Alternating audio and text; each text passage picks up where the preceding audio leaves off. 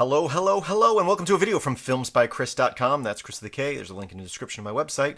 Today we're going to be looking at a real-world example of using send keys. Send keys is something, it's a program or a function that's available in many different languages that allows you to have a script or a program send key presses and maybe mouse movements to another application. Was talking to one of my viewers about this, and he was asking what it would be used for, and shortly after talking to him, I came up with an example with the project I'm working on here. I have like 20 or 30 DVDs I need to rip for my daughter. It's classes to go along with her math class, and I don't have a DVD player hooked up to my TV, so I have to rip everything and put it on the server, and then she can stream it.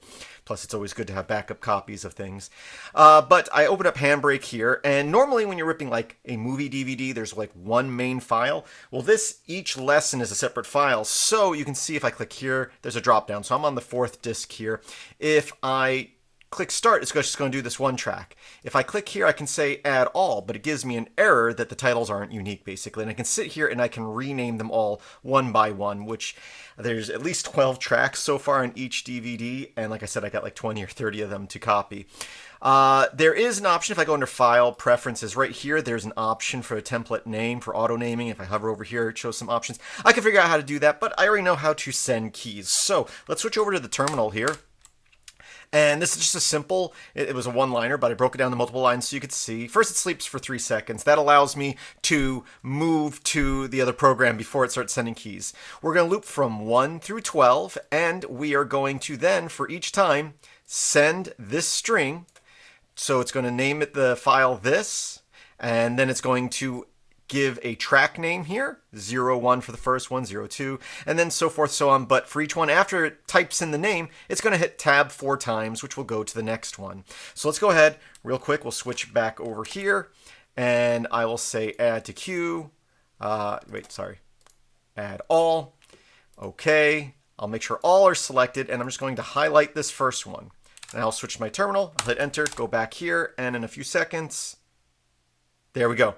I now have them all named, the names I want with the disc name and the number for that track. I can click add and I can click start, and the DVDs are copying. So there's a real world example. It just allows your script or program to interact with other applications. In general, if a program is written well, your program should be able to interact with it.